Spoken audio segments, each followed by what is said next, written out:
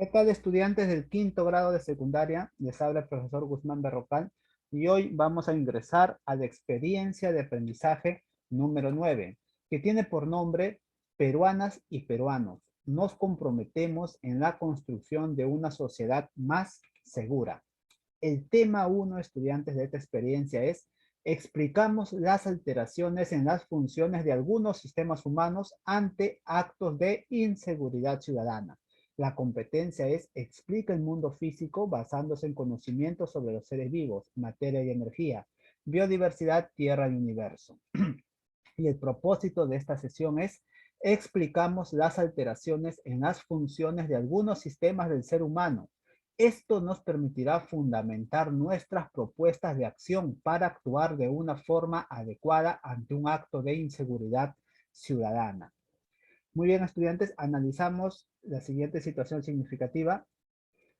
Diego es un estudiante del quinto grado de secundaria de la institución educativa Nuestra Señora de Rosario, que está preocupado por las constantes situaciones de inseguridad que familiares y vecinos comentan.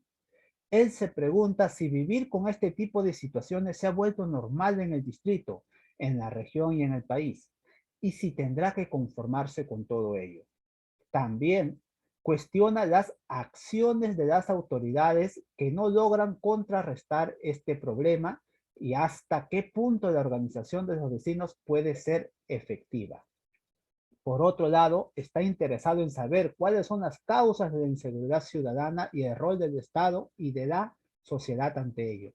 Él quiere buscar más información sobre esta problemática para saber de qué modo él y sus compañeros pueden contribuir desde su posición de estudiantes y su rol ya de ciudadanos. Por ello, se plantea el siguiente reto: ¿cuáles son las características de la problemática de la inseguridad ciudadana? ¿Qué recomendaciones proponemos frente a ella y cómo reacciona nuestro cuerpo ante estas situaciones? Recuerden, estudiantes, que conocer cómo reacciona nuestro cuerpo ante estas situaciones nos va a ayudar a cómo enfrentar realmente el problema, a tomar una muy buena decisión. Sabemos, estudiantes, que ante estas situaciones, ante esta inseguridad que estamos viviendo, todas las personas reaccionan de distintas formas, ¿verdad? Pero lo principal es que uno se debe de poner alerta y para eso está nuestro sistema nervioso. Reaccionamos de muchas formas, estudiantes. Quizás nos da una taquicardia, ¿verdad? Nuestro corazón empieza a latir más rápidamente. Quizás nos ponemos más pálido. Esto debido, estudiantes, a que el flujo sanguíneo empieza a bajar.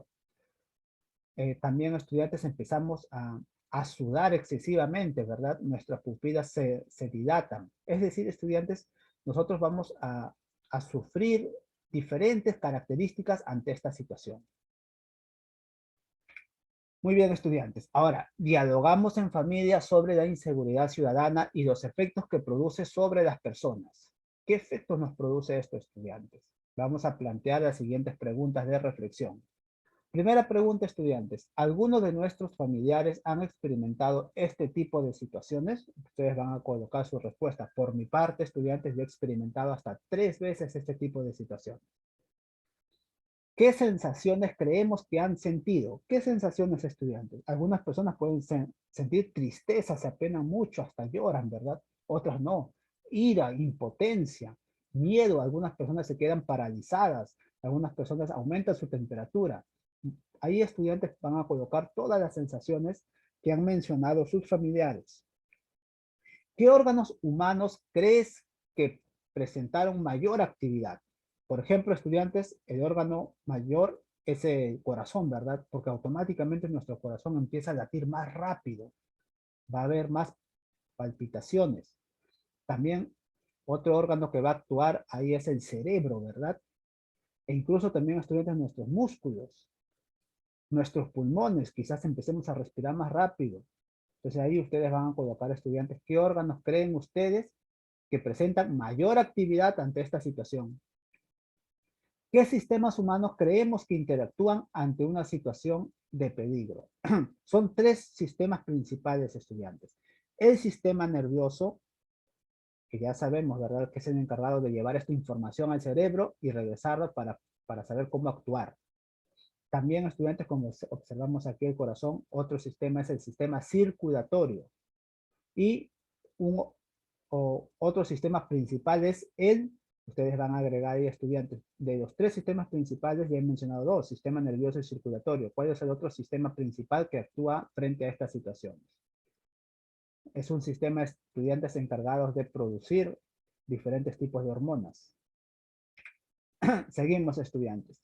¿Cómo actúa el cerebro durante el miedo? Para eso, estudiantes, ustedes van a leer un texto. A ver, después de reflexionar con nuestros familiares sobre las situaciones de inseguridad y sus efectos en algunos órganos, leemos el siguiente texto. ¿Qué ocurre en el cerebro cuando tenemos miedo? El cual estudiantes lo van a encontrar en la sección de los anexos. En él se presenta la información sobre la relación existente entre las funciones del sistema nervioso, endocrino y circulatorio ante actos de inseguridad. Muy bien, estudiantes. Sabemos, estudiantes, que las personas reaccionan de forma instintiva, ¿verdad?, ante situaciones que los ponen en peligro.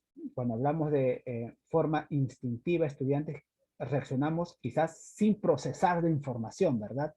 Actuamos involuntariamente ante situaciones de peligro como un grito estremecedor o cuando nos lanzan una piedra y automáticamente nosotros nos protegemos la cabeza con los brazos sin pensarlo. Eso es una acción instintiva. En este tipo de reacciones donde interviene la amígdala cerebral, estudiantes, aquí podemos observar la amígdala cerebral, este círculo de color rojo, que constituye el centro del miedo, estudiantes. Recuerden, la amígdala cerebral constituye el centro del miedo. Cuando nos pasa alguna acción similar, estudiantes, algún robo, algún ataque, nuestra amígdala empieza a trabajar, empieza a funcionar, empieza a procesar esa información. Una vez que los estímulos sensoriales llegan a la amígdala, desde allí son distribuidos por dos caminos. Es decir, estudiantes, nuestros sentidos, quizás por ejemplo, nuestra vista, estudiantes, observa una situación de peligro que viene hacia nosotros, nuestra amígdala empieza a trabajar. Y de ahí son distribuidos por dos caminos. ¿Cuáles son esos dos caminos, estudiantes? Por ejemplo, el más rápido provoca reacciones espontáneas en todo el cuerpo, como quedarse petrificado, huir o luchar, y que tienen lugar incluso antes de que se pueda identificar qué sucedió. Es decir, estudiantes, el camino más rápido es cuando realizamos actos involuntarios, instintivamente, sin pensar. Ese es el camino más rápido, que la mayoría de nosotros lo hace, ¿verdad? El segundo camino, estudiantes, ocurre fracciones de segundo más lento, es decir, procesamos la información. Se da cuando la señal de los estímulos sensoriales llega al córtex. Esta zona del cerebro obtiene una imagen ordenada y clara de la amenaza, lo que refuerza la reacción de defensa o la detiene por falsa alarma. Es decir, estudiantes, quizás hay dos personas caminando juntos y a las dos personas le sucede algo, estudiantes, una situación X que puede ser de peligro. Quizás una persona se asusta rápidamente y sale corriendo, ¿verdad? Entonces, estudiantes, eso fue la acción más rápida, la acción espontánea. Esa persona no procesó la información, pero en cambio la otra persona observa y se queda quieta. No corre, ¿verdad? Procesa la información. Ese es el camino, ese es el otro camino, estudiantes, cuando la persona procesa la información. Y es ahí donde recién se da cuenta si esa situación es de peligro o no, mientras la otra persona ya corrió, no procesó la información. Por eso, hay dos formas de procesar la información, estudiantes, una lenta y una rápida. Una, estudiante, sabiendo realmente qué es lo que está pasando, y la otra no, actuando espontáneamente. Quizás muchos de ustedes han actuado de esas dos formas, ¿verdad? Ahora, estudiantes, aquí ustedes van a detallar cómo actúa el cerebro durante el miedo. ¿Qué pasa con nuestros sensores, estudiantes? ¿Qué pasa con nuestra amígdala? ¿Qué hace nuestra amígdala? ¿Qué hace con nuestro cuerpo? Ustedes van a también aquí mencionar, estudiantes, qué hormonas se producen en estas actividades. Recuerden, estudiantes, leer este texto. ¿Qué ocurre en el cerebro cuando tenemos miedo? Para que puedan responder esta pregunta. ¿Cómo actúa el cerebro durante el miedo? Muy bien, estudiantes. ¿Cuáles son las respuestas del sistema endocrino y qué efectos tiene? Recuerden estudiantes o recordemos estudiantes qué es el sistema endocrino. El sistema endocrino u hormonal es un conjunto de órganos y tejidos del organismo que libera un tipo de sustancias llamadas hormonas y está constituido además de estas por células especializadas y glándulas endocrinas. En nuestro cuerpo, estudiantes, tenemos muchas glándulas que producen hormonas. Una de las principales podemos mencionar la glándula pineal, el hipotálamo, la hipófisis y algo muy importante aquí, estudiantes, las glándulas suprarrenales que lo vamos a mencionar. Muy bien. ¿Y cuáles son las respuestas de este sistema endocrino, de estas hormonas? Recordemos, estudiantes, que el sistema endocrino segregará diferentes hormonas ante las situaciones que estamos experimentando, especialmente en estas situaciones de peligro. ¿Cuáles son estos efectos? El efecto de las hormonas. Primero, estudiantes, van a dar señales de alarma que se extiende por otras partes del cerebro. Es así que la médula suprarrenal o glándulas suprarrenales, estudiantes, produce grandes cantidades de adrenalina, que es una hormona, ocasionando que el nivel de azúcar en la sangre aumente, es decir, nuestro corazón se acelere y estemos alertas, activos. Mantiene el cuerpo alerta para situaciones de emociones fuertes, como la lucha, ¿verdad? Quizás ante una situación de peligro, estudiantes, nosotros nos ponemos a luchar, ¿verdad? A enfrentar eso. Es porque nuestro cuerpo está segregando grandes cantidades de adrenalina. O quizás de fuga, ¿verdad? En vez de hacer lucha, nosotros corremos, ¿verdad? También está actuando ahí la adrenalina, estudiantes. También se libera la hormona tranquilizante que es la endorfina, que es otra hormona de las tantas que se va a producir, y recorre el cuerpo dando la sensación de tranquilidad, ¿verdad? Cuando experimentamos una situación de peligro, procesamos la información, pero nos damos cuenta, estudiantes, que no es algo amenazante, y automáticamente nuestro cuerpo, o en este caso nuestro sistema endocrino, va a segregar una hormona tranquilizante llamada endorfina. Y es esa hormona que nos hace sentir bien, ¿verdad? Después de experimentar un peligro. Muy bien, estudiantes, seguimos. ¿Qué condiciones fisiológicas deben darse para alterar patológicamente el sistema nervioso, endocrino y circulatorio? Es decir, estudiantes, ¿qué condiciones se debe dar para que el sistema nervioso, endocrino y circulatorio adquiera un tipo de enfermedad? Muy bien, recordamos, estudiantes, que las señales de alarma se extienden por otras partes del cerebro, como el hipotálamo, y después por el cuerpo gracias al neurotransmisor glutamato. Cuando nos referimos a condiciones fisiológicas, porque aquí nos menciona, ¿verdad?, cuáles son esas condiciones, se refiere a las condiciones del medio externo, es decir, estudiantes, ¿qué pasa externamente para dañar el sistema nervioso, para dañar el sistema endocrino, para dañar el sistema circulatorio? Y también internamente, ¿qué es lo que sucede? O qué puede ocurrir en un organismo o sistema, en este caso en estos tres sistemas. Muy bien, ¿cuáles son esas condiciones, estudiantes, para que se altere el sistema nervioso, endocrino y circulatorio? Primero, en el sistema nervioso. Para alterar patológicamente, obviamente nosotros debemos sentir inquietud constante, ¿verdad? Y eso, estudiantes, alteraría el sistema nervioso hasta enfermarlo. Tener sensaciones de agitación, nerviosismo o tensión constantemente. También los problemas de alimentación. Cuando no dormimos bien, estudiantes, podemos también alterar patológicamente el sistema nervioso. Cuando tenemos dificultades para tener un buen descanso. Cuando tenemos sensación de pánico o peligro inminente, sobre todo cuando son constantes, eso va a alterar a nuestro sistema nervioso, estudiantes. Y lo puede alterar patológicamente. Ahora, con el sistema endocrino. Algunos factores que afectan los órganos endocrinos van a incluir la edad, estudiantes, los diferentes tipos de enfermedades. El estrés también, estudiantes, va a afectar a nuestro sistema endocrino. Factores genéticos, factores externos como vivir constantemente con ansiedad, depresión, miedo. Todo esto, estudiantes, alteraría a la producción de hormonas en el cuerpo. Y esto, estudiantes, conllevaría, ¿verdad?, a que el sistema endocrino funcione mal, funcione erróneamente. Y esto atraería patológicamente una enfermedad para este sistema. Ahora, ¿qué pasaría con el sistema circulatorio, estudiantes? ¿Cuáles son esas condiciones? Muy bien, estudiantes. El flujo sanguíneo se ralentiza cuando las personas están estresadas o asustadas. Imaginen, estudiantes, que vivimos en estrés, en constante miedo, estamos siempre asustados. Obviamente esto va a afectar nuestro sistema circulatorio, como el flujo sanguíneo, estudiantes, va a ser más lento. El transporte del oxígeno va a ser más lento hacia todas nuestras células. Y esto va a afectar al sistema, ¿verdad?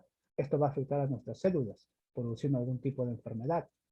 Recuerden también, estudiantes, que el estrés aumenta la presión arterial. El estrés aumenta la inflamación en su cuerpo. El estrés puede aumentar el colesterol y los triglicéridos en la sangre. El estrés extremo puede hacer que su corazón palpite fuera de ritmo. Y ya sabemos, estudiantes, que el miedo o vivir estas situaciones de peligro, de inseguridad ciudadana, produce estrés. Por lo tanto, puede dañar nuestro sistema circulatorio, sistema endocrino y sistema nervioso.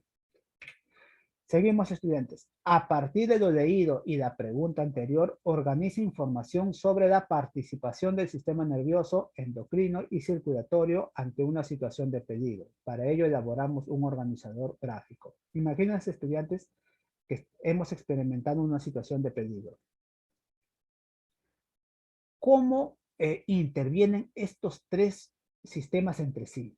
Primero, el sistema nervioso, ¿qué hace, estudiantes? Obviamente va a recepcionar la información, ¿verdad? Va a procesar la información. Luego, nuestro sistema endocrino, ¿qué realiza, estudiantes? Obviamente, para mantener el cuerpo alerta, activo, va a segregar diferentes tipos de hormonas. Y luego, ¿qué pasa con nuestro sistema circulatorio, estudiantes? La fluidez de la sangre va a ser más rápido. ¿Qué pasa con nuestro corazón? Ustedes van a hablar sobre esto, estudiantes. ¿Cómo estos tres sistemas interactúan en una situación de riesgo, en una situación de miedo? Para eso, estudiantes van a utilizar todas las respuestas que han realizado anteriormente y también haber leído los anexos que se les ha enviado. Seguimos, estudiantes.